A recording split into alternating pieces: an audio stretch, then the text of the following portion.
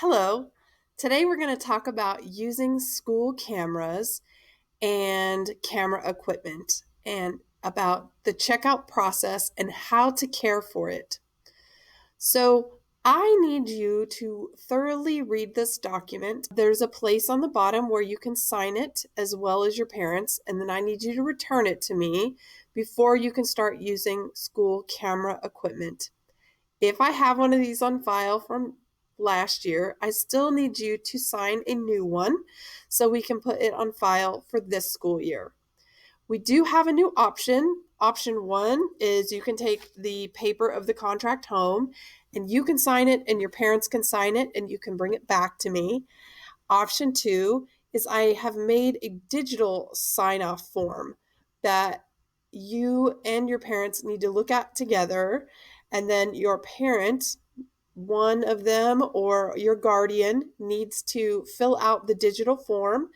This is a virtual sign off that says it's okay for you to use school camera equipment and that you will take care of it properly and return it if it is damaged along the way by mistreatment.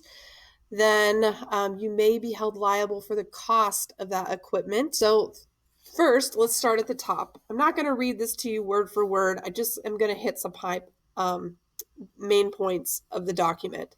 So, you will receive instruction on how to use, care, and handle school camera equipment as well as the photography studio equipment. So, you will learn how to use them, and when a camera is checked out to you, the student, during class or outside of class time, you are responsible for the care of that equipment and any damages that might occur to it. So, for example, no dropping, tossing, swinging, carrying the camera in your book bag, loaning it to your little brother or sister or a friend. The equipment is checked out to you and only you. In photography one, we will do most all of our work in class during class time with it all possible. There are special situations where sometimes I might have to check out a camera to a photography one student if they're gone for a long period of time. The reason I cannot check out cameras to all photography students is I simply do not have enough equipment. We have nearly 100 photography students, and so we have to share our equipment and cameras, which is why we definitely need to have rules. So, number one, we need to act professional when we're taking pictures, and we want to take care of our equipment even after school hours. Number two, we have to be respectful when taking photographs in our building, in the community, and be respectful of our school, the building, and everyone in it, even our guests, too. We need to handle our equipment with care at all times. At all times. And we'll talk more about what that means.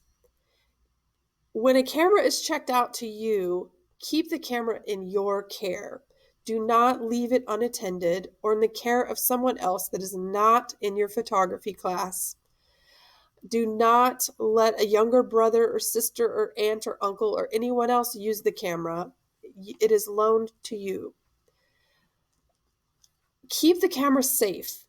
Do not leave it in extreme temperatures, such as inside a car on a hot day or on a really cold day. Both of those situations are very bad for electronics. Number 6. So we actually do have a checkout procedure when checking out a camera and returning it. We have a sign out book, and we need to make sure you get the correct battery and charger. And please make sure that you do properly check out the camera before it leaves the classroom. And then when you return it, we need you to charge the battery up before you bring the camera back to school, and make sure that you return all of the accessories, including tripods, lens caps, etc. If something happens to a camera while you're using it, please make sure and report any issues to myself If something happens to the camera when you are using it, please report it to me.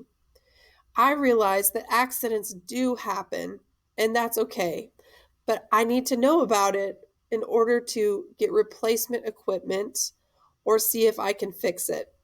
Usually, what I find is when there's something weird happening with the camera and we think it's broken, it's usually a camera setting of some kind. A button accidentally gets pushed, or there's a little switch on the side of the lens that doesn't make it as easy for photos to turn out clear. There's some things I check, and I also realize accidents do happen. Number 7, listen for instructions about locations of where you can and cannot take photographs before starting any assignment with a school camera. Stay in the designated areas for our photography class.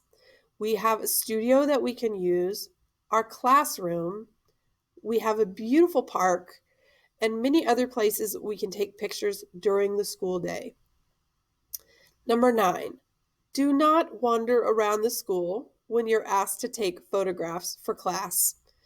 Walking laps around the school is not an option when you're working on your photography assignment. We need to take what I call photos with purpose. We're on a mission for an assignment and looking for specific things when we're out and about the school campus taking pictures. You must get permission before entering other teachers' classrooms. There's also a sign you can be on the lookout for. Some teachers will post a camera with a no sign by their door. What that means is you're not allowed to go in that classroom and take pictures because they might be taking a test or having presentations that day. But it's always best to ask a different teacher first before you can go take pictures in their classroom and make arrangements in advance. Number 11. So school cameras will not be checked out overnight unless you're in photography 2, 3, or 4. Photography 1 students will get cameras checked out overnight for special situations only. But the reason photography 1, I don't have you check out cameras is honestly, I just don't have enough equipment. So we have to take turns using the equipment we have to use. At the bottom here, this is the really important part because you'll learn all the rest by using cameras in school. I will agree that I will work and conduct myself by these expectations and rules. And if I choose not to follow these rules and expectations, I will not be allowed to leave the photography classroom to take photographs. I may also lose my privilege to use the classroom cameras based on my actions. I understand I may also be faced with discipline actions or a referral for disruptive, disrespectful, or destructive behavior. Finally, I also understand that I will be responsible for camera damages that occur while it's in my care. This may include payment for repair or damages on any replacement cost for equipment. But just to give you an estimate, the Nikon D3300s, 3500s, they're about $500 a piece to buy a new one. Some of the upper level cameras we have for advanced photography and photography lab are at the ends of about $1,000 a camera.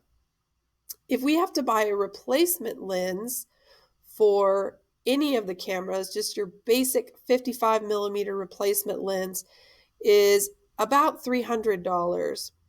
If it's a telephoto lens or any other kind of specialty lens, the price just keeps going up from there. So I'm not trying to scare you, but bottom line is this equipment is expensive and you get the opportunity to use it for free. This is an exciting time where you get to try at least 7 different kinds of cameras for no cost at all. So learn as much as you can, give them a test drive, but take care of them along the way so we can use them for many years to come and lots of students can learn from them. Finally, here at the bottom, I need you to print your name and sign your name, and then take this piece of paper home and have your parents, one of them, it doesn't have to be both of them, or guardian, sign it and put their signature. I also would prefer to have their daytime phone number. And at the bottom of this document is some space that you can write any feedback. If you prefer to get this paper signed digitally, there is a link where your parents can sign it there. If you have any questions about camera use and expectations and this contract, feel free to contact me anytime. Thanks for watching.